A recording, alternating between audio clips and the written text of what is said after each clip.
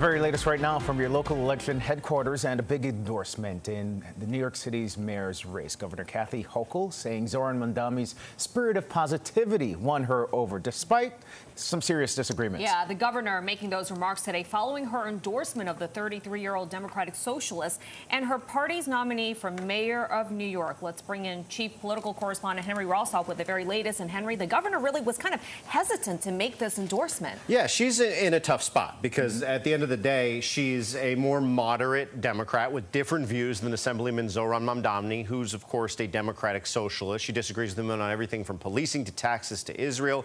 But the governor also has her own political future to worry about. She's running for re-election next year. Her presumptive opponent, you see her there, Congresswoman Elise Stefanik from upstate New York, a close ally of President Trump, is pouncing on this, trying to paint Governor Hochul as endorsing the socialist views and past controversial rhetoric of Mamdani.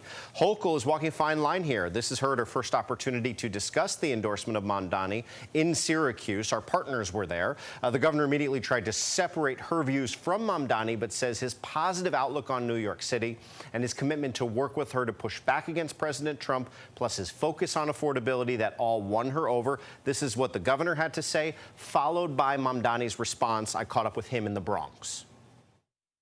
I do not agree with many of his views, but running a state government or a city government is very different. But also, I believe that we need someone who's going to be open-minded and optimistic and have an attitude, a can-do attitude that I share about knowing that the city's best days still do lie ahead. When we welcome anyone to our ever-expanding coalition, we do not ask them for agreement on each and every issue.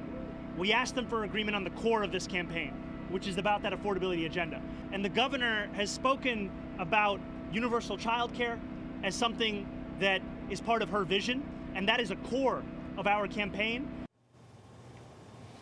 You hear there the governor Mamdani zeroing in on the issue of universal child care as being a strong area of agreement. We've actually heard that quite a bit, a lot in recent weeks as something that they have promised to work with each other on if Mamdani's elected. Yeah, and it was also kind of interesting in Hochul's statement. She didn't mention Cuomo at all. No. Who appointed her lieutenant governor. But let's go back to Mamdani because he's being dogged once again by those statements that he's made about policing. And I had quite a direct conversation with Mamdani today with several follow-up questions. He said last week he was going to apologize to cops. We asked him if he would give more details on that, where, when, and how that apology would happen. In response to my question, he basically laid out his whole policing platform, more social workers, more community response workers, trying to retain hundreds of officers we're losing each month. He said he would work to fix a broken system of policing, but he really didn't directly answer my question about apologizing for past social media remarks where he called officers racist and transphobic, just to name a few of the things he said. So I pushed back. Take a listen. With respect, sir, I think people will listen to that answer and they won't hear an apology directly. Look, the importance at the core of my politics is not a theatrics in where I speak to the media to convey what I am speaking with officers. At the core of this campaign has been those conversations. Conversations with rank and file officers, conversations with officers in leadership, and conversations that recognize not only the pain and the diagnosis of it, but how to go beyond acknowledging it and addressing it. And I look forward to working with those officers in partnership.